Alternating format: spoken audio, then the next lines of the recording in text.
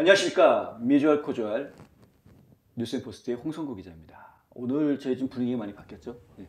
제가 지금 와 있는 장소는 우리 이상엽 회계사님이 일하시는 이상회계법인 안에 이런 장소가 있었는지 여러분 모르셨죠? 네. 이상엽 회계사님과 함께 오늘 재밌는 세무 이야기 한번 들어보도록 하겠습니다. 회계사님 안녕하십니까? 네, 안녕하세요. 네. 한국에 다녀오셨다고요? 예, 한국에 그 출장을 한 2주일 가까이 네. 다녀왔습니다. 굉장히 바쁘게 여러분들도 만나고, 네.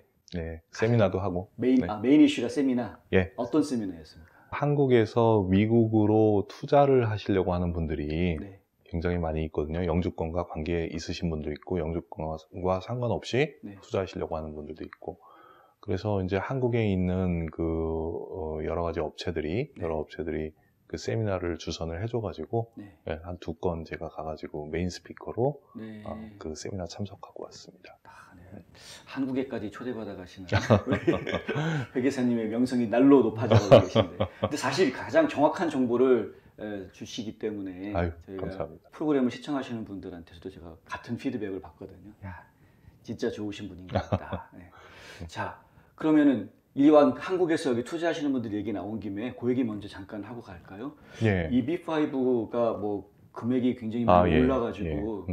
많은 분들이 좀 걱정하시던데. 예. 투자이민 EB5 프로그램이 지금까지는 도심 지역에는 100만 불 투자, 그리고 한적한 지역에는 50만 불 투자, 뭐 이렇게 하게 되면은 2년 만에 임시영주권이 나오고, 네. 그리고 만 5년, 실제로 한 6년 걸리는데, 네. 그때의 조건이 해지가 되면서 제대로 된 영주권을 받으시는 이제 그런 프로그램이었었어요. 네. 근데 이번에 이제 트럼프 행정부 들어와가지고 여러 가지 이민 관련된 규제가 이제 강화되다 보니 그 EB5 프로그램도 그 중에 하나로서 그 금액이 거의 배로 네. 늘어나게 됐습니다. 네. 그래서 이제 한적한 지역은 90만 불, 그리고 도심 지역은 180만 불까지 늘어나게 되는데 그 시점이 그 이번에 11월 22일, 네. 11월 22일까지예요. 네. 심지어 어떤 이제 결국은 11월 22일까지 돈이 이쪽으로 그 리저널 센터라고 하는 쪽으로 한국에서 네. 송금이 돼서 들어와야 되는 그런 타이밍이기 때문에 뭐 이미 지금은 이제 늦었다고 봐야 되겠네요. 예, 아니 뭐 늦지도 않았죠. 지금 뭐 당장 그만큼 돈이 있으신 분들은 보내시기만 하면 뭐 아직까지도 가능합니다. 네. 근데 이제 대부분의 리저널 센터들이 그게 그 너무 일이 바빠가지고 네. 처리를 해줄 수 있는 여력이 있느냐 하는 문제가 하나가 있고, 그리고 지금 그 한국에서 매년 EB5를 통해 가지고 투자하시는 분들이 한 250명 정도 됐었어요, 1년에. 아, 예. 네. 그래서 근데 이제 제가 그 중에서 뭐 매년 한 20명 정도, 한국 분들만 20명 정도, 뭐 중국 분들 또 몇십 명 이렇게 하고 있으니까, 네. 한국에서 EB5 했었던 뭐 그동안 하셨던 분들 중에서 뭐 최근에는 제가 거의 뭐 한 8% 정도는 제가 담당을 하고 있는 거죠. 네. 근데 이제 그 EB5 프로그램이 이렇게 올라가긴 했지만은 그것 때문에 앞으로 올라가게 되니까 지금 막 서둘러가지고 그 EB5 프로그램에 펀딩을 일단 해놓자. 네. 이렇게 하시는 분들이 너무 많아가지고, 아이고. 네, 너무 많아가지고 그분들이 이제 뭐 여러 가지 목적이 있지만은 증여상속, 미국에서 증여세나 상속세가 굉장히 유리하게 네. 판이 짜여져 있으니까 네. 그런 부분을 잘 활용을 하자라고 하는 그 의도에서 이제 그렇게 하시는 건 알겠는데, 네. 지금 이렇게 너무 급하게 하시려고 하는 분들이 많아가지고 좀 염려스럽기도 했어요. 네. 그게 이제 지금 90만 불로 올라가게 되면은 뭐 얼핏 보기에는 50만 불 하던 게 90만 불이니까 갑자기 올라가지고 뭐 이거 값이 올라간 거 아니냐. 네. 올라가기 전에 사재기 하자 뭐 이런 느낌. 그런 것도 있겠지만, 네. 그러나 사실은 90만 불이 되면서 EB5의 선결 조건이 고용 창출이거든요. 네. 미국 내에서의 고용 창출인데, 네. 그게 뭐 EB5 투자자 한 명당 10명이라고 하는데 실제로는 인디렉트 레이버까지, 그러니까 다 포함하는 거기 때문에. 인디렉트 레이버까지요. 그러니까 예를 들어서 뭐 그 공장에 뭐 어떤 공장에다가 내가 투자를 했다고 하면은 그 공장에 뭐 물건을 납품하는 뭐 트럭 드라이버라든지 뭐 이런 사람들까지도 다 포함하는 거기 때문에 실제로는 10명이 안 돼도 되는 경우가 많습니다. 그러니까 W2를 발행하는 우리 직원은 10명이 안 돼도 상관없다. 그렇죠. 네. 그런데 그렇다고 하더라도 뭐 50만 불 정도 돈을 미국에다 투자를 해가지고 인플로이먼트 고용 창출을 대여섯 명을 과연 할 수 있는 그런 비즈니스가 얼마나 되느냐 하는 거예요. 그러니까 그런 비즈니스가 그렇게 다양하지가 않거든요. 그렇죠. 그러니까 거의 그 컨스트럭션 비즈니스, 건축업 쪽으로 이렇게 일이 몰리는 경우가 많이 있었고요. 그리고 뭐 리조트라든지 아니면 호텔이라든지 이런 쪽으로 거의 EB5의 수요가 몰리다시피 했었었는데, 앞으로는 이게 금액이 90만 불이 되다 보면은 네. 굉장히 많은 가능성이 생기는 거죠. 네. 예를 들어서 뭐 도심 지역 같은 경우에 내가 식당 하나 셋업을 하겠다. 네. 거기서 직원 10명 만들겠다. 이런 것들은 뭐 충분히 그 돈 뭐 90만 불, 180만 불 같으면은 충분히 가능한 얘기거든요. 네네. 그러니까 EB5를 뭐 돈을 투자를 해가지고 그 돈을 사실은 잊어버리는 게 아니고 네. 나중에 조건이 해지가 되면 다 다시 찾아가시는 거잖아요. 투자한 거니까요. 그런데 이제 그 만약에 그 과정에서 이 회사가 도산을 한다든지 이 비즈니스 한 데가 뭐 제대로 그 인컴이 나오지 않아가지고 네. 뭐 그 자본 잠식이 일어난다든지 이렇게 네. 되면은 그 투자이민 비자 자체가 취소가 될 수도 있거든요. 그렇죠. 그거는 뭐 네. 돈을 잊어버리는 것보다 사실은 그게 큰 목적이었으니까 그렇죠. 더 큰 손실이죠. 네네. 그러니까 비즈니스 자체가 비즈니스 플랜이 탄탄하고 거기에서 수익금이 계속 창출될 수 있는 그런 좋은 비즈니스는 네. 50만 불 가지고 대여섯 명 만들 수 있는 이런 비즈니스는 그런 비즈니스가 없거든요. 그러나 90만 불이 되고 180만 불이 되면은 선택의 폭이 훨씬 더 넓어지고, 네. 그리고 내가 투자했었던 돈의 그 자본금을 지킬 수 있는 그런 뭐 가능성이 훨씬 넓어지는 거기 때문에 네. 저는 오히려 뭐 투자하는 사람 입장에서는 좋은 변화가 아닌가 그렇게 생각하고 있습니다. 사실 50만 불 투자했을 경우에는 영주권을 받게 될 경우에 자녀들 교육에서 그렇죠. 대학의 인스테이트 혜택을 받을 수 있잖아요. 네. 그 부분이 상당히 대학 학비가 상당히 좋은 이슈가 됐었어요. 그래서 네, 이제 맞습니다. 그럼 뭐 50만 불 우리가 투자한 걸 못 건지더라도 아이들 자녀들 대학 학비 문제만 해결되면 오히려 그 돈이 그 돈이다. 네, 이런 얘기로 사람들이 예. 쉽게 이해했었거든요. 예, 굉장히 많은 분들이 이제 그런 목적, 그것도 이제 그 EB5 투자하시는 분들의 큰 목적 중에 하나입니다. 대학 학자금 뭐 엄청나죠. 네. 특히나 사립학교 같은 경우에 뭐 1년에 7만 불씩 뭐 또 4년 동안, 4년 만에 졸업해주면 고마운데, 네. 예, 그것도 아니고 하니까. 근데 이제 최근에 이 투자하시는 분들의 경향을 보면은 그거보다 더 큰 목적이 이제 증여 상속의 목적인 경우가 많습니다. 네. 한국의 증여세 상속세는 그 세율 자체도 최고 세율이 50%까지나 되고요. 네. 미국은 40%예요. 네. 그리고 그 50%로 올라가게 되는 그러니까 증여 상속 규모가 30억 원입니다. 그러니까 여기서 300만 불 네. 정도 되면 300만 불만 넘어가게 되면은 그 넘어가는 부분에 대해서 50%가 되는 거고요. 그리고 그 아래쪽도 세금이 아예 없다는 얘기가 아니라 네. 아주 낮은 세율 10%부터 시작해가지고 차곡차곡 올라가기 때문에 네. 1억만 넘어도 사실은 증여상속세를 어느 정도는 내게 돼 있습니다. 네. 네. 그러나 이제 미국은 지금 그 1인당 영주권을 가지신 분의 경우에 네. 1인당 1140만 불까지 올해 그 증여상속세가 면제이기 때문에 그거 넘어가게 되면 40%죠. 그전에는 0%고요. 그러니까 뭐 한국 돈으로 따지게 되면 한 130억 정도? 네. 예, 부부 합산하면 260억까지도 증여상속세가 미국에서는 실질적으로 없거든요. 그러니까 한국에서 증여상속을 하기보다는 네. 그 미국으로 재산을 돌려가지고 여기서 미국에서 증여상속을 하고 싶은데 그러려면 영주권이 있어야 되거든요. 네. 심지어는 나중에 필요에 따라서는 시민권도 취득하셔야 될 경우가 있거든요. 그래서 이제 그런 목적이 뭐 더 요즘은 더 큰 것 같아요. 네. 한국의 이제 부동산 경기도 워낙 불안하고 인구도 줄어들고 있고 뭐 부동산 경기가 장기 침체가 될 가능성도 있고 네. 가까운 일본의 경우로 봤을 때 네. 그런 부분을 다 고려하시고 네. EB5를 진행을 하시는 것 같습니다. 아, 그렇군요. 영주권만 있어도 여기 증여세를 미국 세법에 적용을 받아서 할 수 물론이죠. 있다. 네, 그렇습니다. 그렇군요. 잘 알겠습니다. 학비 때문에 원하는 대학을 포기하신다고요? 장학금이나 학자금 재정 보조를 자녀에게 모두 맡기셨다고요? 아니요, 그러시면 안 되죠. 명쾌하고 유익한 정보를 드리는 리차드 명 AGM 대표가 속 시원하게 도와드립니다. AGM은 미국 2,900여 개 대학의 재정 보조 관련 데이터베이스를 기초한 실시간 분석 시스템과 자체 개발한 고객 관리 시스템을 활용하여 대학 학자금 부담을 덜어드립니다. 지금 전화하셔서 상담 받으세요. 877-212-0011 877-212-0011 이제 연말이 다가오는데요. 네. 우리 어떻게 해가 지나가기 전에 우리가 먼저 좀 세금 부분에 있어서 세납자들이 미리 준비해야 될 연말 가기 전에 뭔가 해야 될 일들이 있다면 어떤 것들이 있을까요? 예, 뭐 물론 많이 있습니다. 굉장히 많은 납세자들이 네. 세금 보고를 하는 데 있어가지고 캐시 베이시스로 세금 보고를 하시는 경우가 되게 많습니다. 캐시 베이시스. 그건 무슨 얘기냐면은 내가 갚을 의무가 있건 없건 간에 상관없이 12월 31일까지 돈을 내기만 하면은 비용 처리를 해주는 게 그 캐시 베이시스입니다. 그 반대의 개념은 내가 돈을 아직 내지는 않았지만 12월 31일까지 비용을 처리를 하지는 않았지만 체크를 쓰지 않았지만 내가 갚아야 되는 의무가 12월 30일까지 발생해 있는 상태라고 하면은 예, 그렇다고 하면은 미리 비용 처리를 해주는 거가 또 다른 방법이죠. 대부분의 경우가 캐시 베이시스로 세금 보고를 하세요. 그렇기 때문에 만약에 1월 달이나 2월 달에 지출해야 될 뭔가 비용이 있다. 어차피 있다.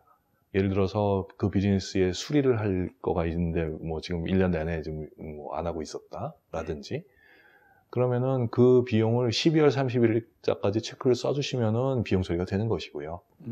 그리고 그런 식으로 이제 비용을 빨리 땡겨가지고 처리할 수 있는 경우가 자동차도 있죠. 물론 자동차를 비즈니스용으로 쓰는 경우입니다.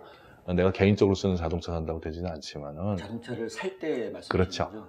예, 그 자동차를 12월 31일까지만 계약을 해가지고 사주시는데 그 자동차가 뭐 예를 들어서 뭐 절반 이상 그 비즈니스를 위해서 쓰는 자동차다라고 했을 경우에는 절반 이상일 경우에 해당이 되는데 그럴 경우에는 그 자동차 구입했었을 때 들어간 모든 비용 거기에 뭐 프로퍼티 텍스 냈었던 것까지 다 합쳐서 한꺼번에 비용 처리를 할 수가 있습니다.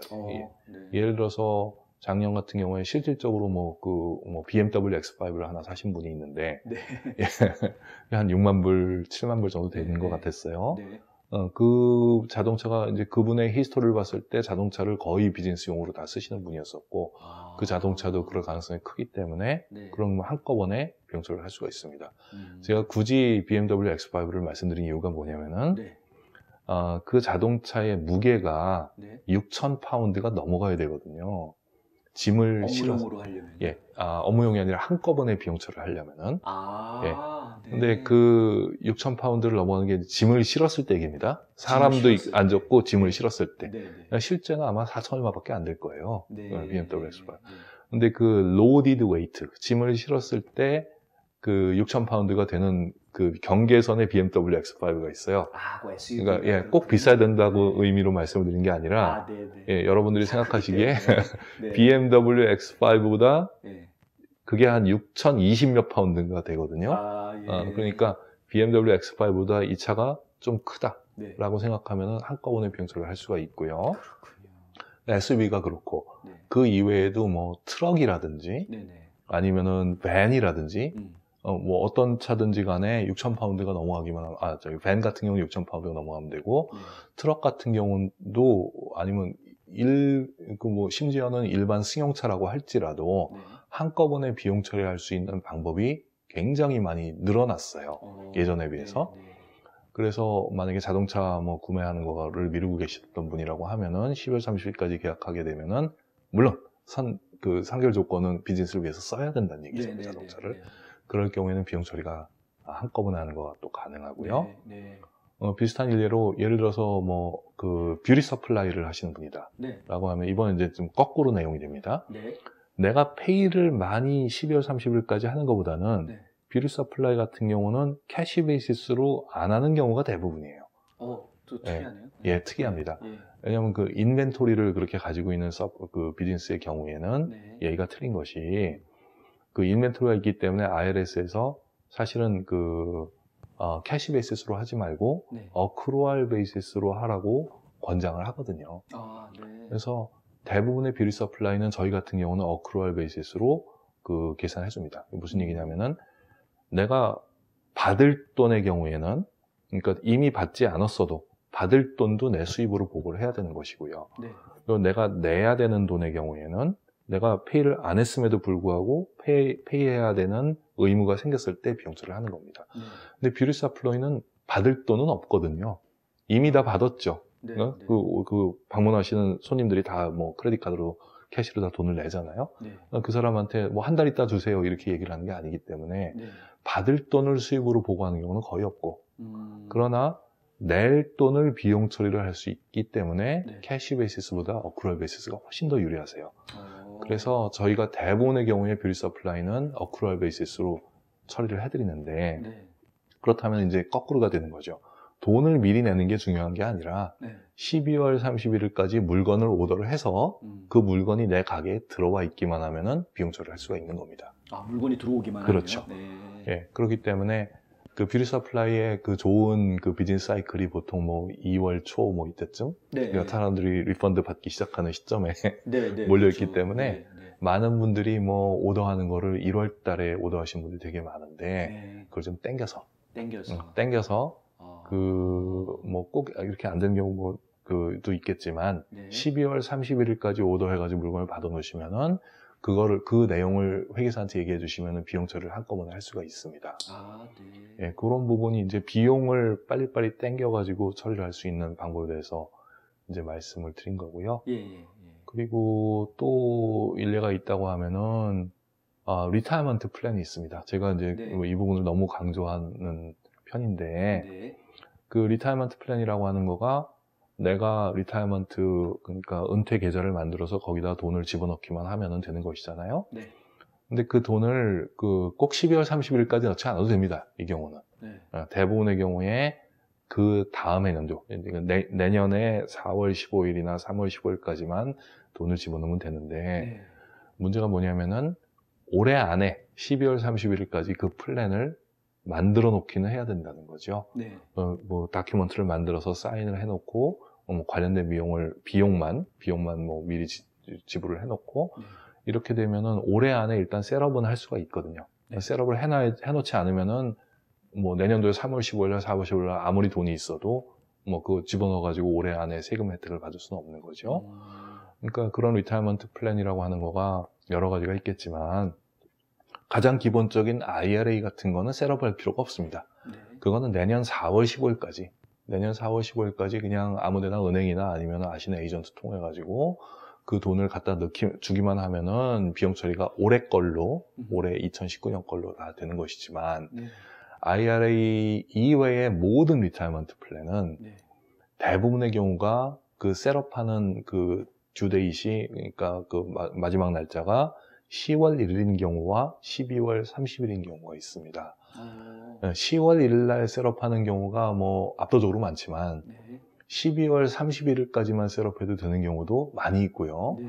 그 12월 31일까지 셋업해도 되는 경우가 대부분의 경우가 비용 처리를 한꺼번에 크게 할 수 있는 경우가 많습니다. 예를 들어서 프로핏 쉐어링이라든지 네. 네. 디파인드 베네핏이라든지 네. 그런 큰 덩어리들은 12월 31일까지가 마감으로 돼 있어요. 그렇기 때문에 올해 뭐 작년에 예를 봐서 2018년에 내가 세금을 굉장히 많이 냈었는데, 네. 올해도 뭐 그 이상으로 아니면 그만큼 세금을 내야 되는 거 예상이 되시는 분들은 네. 아직 늦지 않았다는 거예요. 지금이라도 뭐 전문 CPA를 만나셔가지고 네. 그런 플랜을 셋업을 해놓고, 지금 셋업하면 설명 들으시고, 네. 근데 이제 그런 플랜을 셋업하는 거가 뭐 사실은 시간이 일주일밖에 안 걸리거든요. 네. 그런데 본인이 결정하는 데 시간이 많이 걸려요. 그렇겠죠. 예, 본인이 이거를 정말 이거 해도 될까 안 되는 게 확신을 가지고 내가 사인을 하는 데까지 시간이 많이 걸리는 것이기 때문에 네.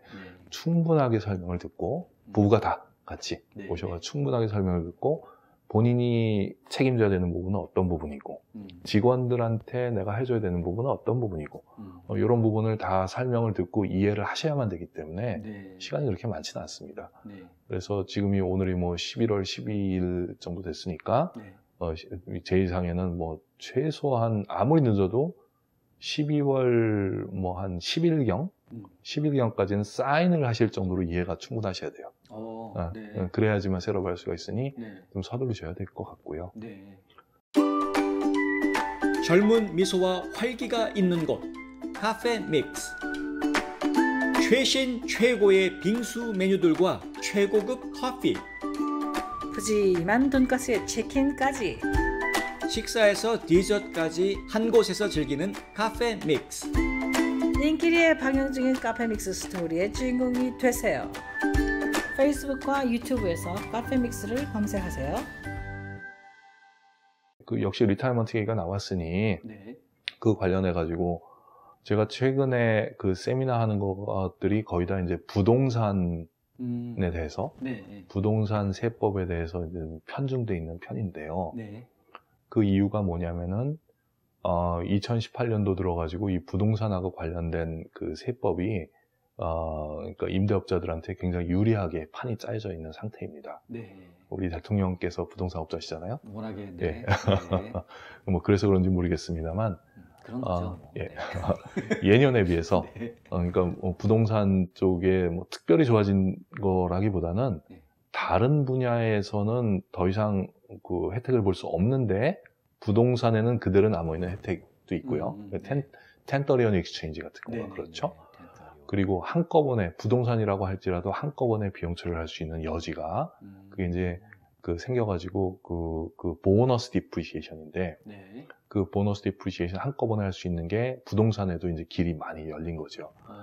그래서 근데 이제 이 그 1030 익스체인지라고 하는 거를 통해 가지고 부동산을 사고 팔았을 때 생기는 양도세를 전혀 내지 않고 네. 뒤로 계속 밀어서 나중에 상속할 때까지 가서 네. 그 양도세 하나도 안 내고 상속세도 안 내고 요런 그 플랜에 대해서는 아이디어에 대해서는 제가 지난번에 같이 예. 홍 기자님하고 얘기를 나눴었던 것 같고요. 네. 근데 거기에 이제 하나 첨언을 하게 되면은 이 부동산에도 퀄리파이드 리타이먼트 플랜을 셋업을 할 수가 있는 거거든요. 부동산. 예, 그렇습니다. 굉장히 많은 분들이 그쪽에 대한 뭐 전혀 생각을 안 하고 계시는데 네. 오히려 플랜을 세우기가 굉장히 쉬운 경우가 많습니다. 근데 그 선결 조건이 네. 그 부동산이 회사의 형태로 돼 있어야 된다는 얘기예요. 네. 내가 개인으로 소유했을 때는 그게 불가능하고요. 네. 회사의 형태로 갖고 있어가지고 그 회사에서 나한테, 오너한테 뭐 쉽게 얘기하면 샐러리를 지급을 한다든지 네. 뭔가 이렇게 근로소득을 지급을 함으로써 그 퀄리파이드 플랜을 가입할 수 있는 그 상태가 되는 거죠. 네. 그래서 지금 최근에 뭐 경험을 몇 가지 말씀을 드리면은 지금 이미 1년이 많이 지나간 상태지만 네. 지금 LLC라고 하는 걸 만들으셔가지고 네. 그 LLC에 본인이 소유하고 있는 부동산의 디드를 전부 다 옮겨버리는 거죠. 네. 옮기고 그리고 그 LLC에서 본인들한테 그런 그 근로소득을 페이를 하고 그리고 거기에서 그거를 기반으로 해가지고 리타이먼트 플랜을 하시고 네. 뭐 이러는 경우가 최근에 들어가지고 좀 많이 발생하고 있어요. 네. 제가 이제 그렇게 많이 광고를 하고 다니니까 그런 것도 있겠지만 네. 부동산 오너들이 또 하나 이제 문제가 뭐냐면은 그 제가 QBI Qualified Business Income 그 디덕션에 대해 가지고 많이 설명을 드렸었는데 네.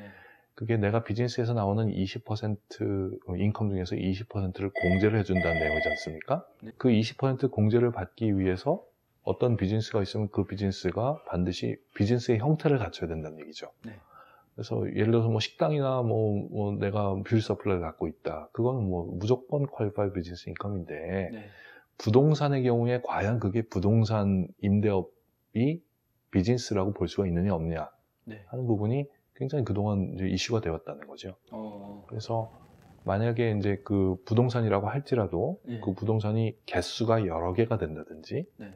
아니면은 그 부동산을 개인으로 소유하고 있는 게 아니라 어떤 엔터프라이즈의 형태, 회사죠. 네. 회사로서 그 부동산을 소유하고 있다든지 네. 이럴 경우에 이게 비즈니스다라고 주장할 수 있는 근거가 더 확실해지는 거거든요. 그렇죠. 네. 그렇기 때문에 저는 부동산을 뭐 임대 부동산을 뭐 3개 이상 이렇게 가지고 계신 분들이라고 하면은 무조건 LLC를 만들어서 그 LLC를 통해서 이 부동산을 소유하게 하세요. 세금상으로도 뭐 물론 유리하지만은 그 세금보다도 더 유리한 거 또 하나는 법적으로 내 개인 재산과 그 내가 가지고 있는 임대 부동산이 차단된다는 거거든요. 그러니까 법적으로 보호받는 거죠.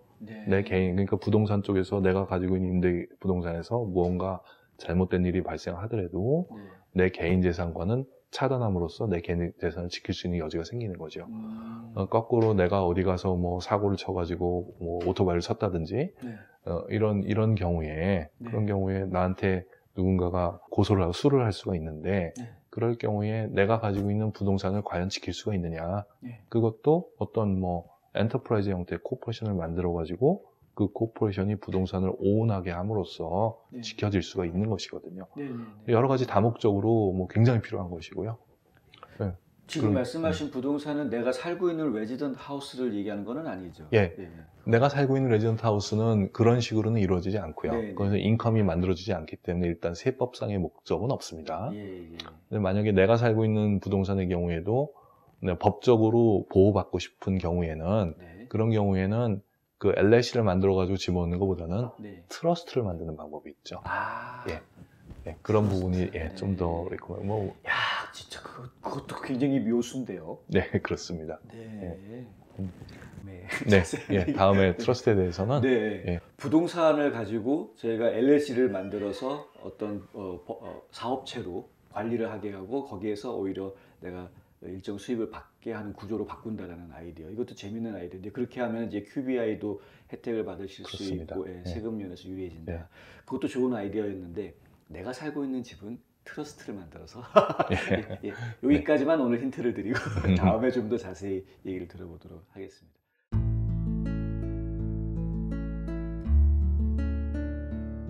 안녕하세요. 이상회계법인의 이상엽입니다. 30년 동안 아틀란타 한인사회에 봉사한 역사와 경험을 바탕으로 여러분들의 세무회계 관리와 재정 은퇴 계획을 상담해드리고 있습니다. 부자 되세요.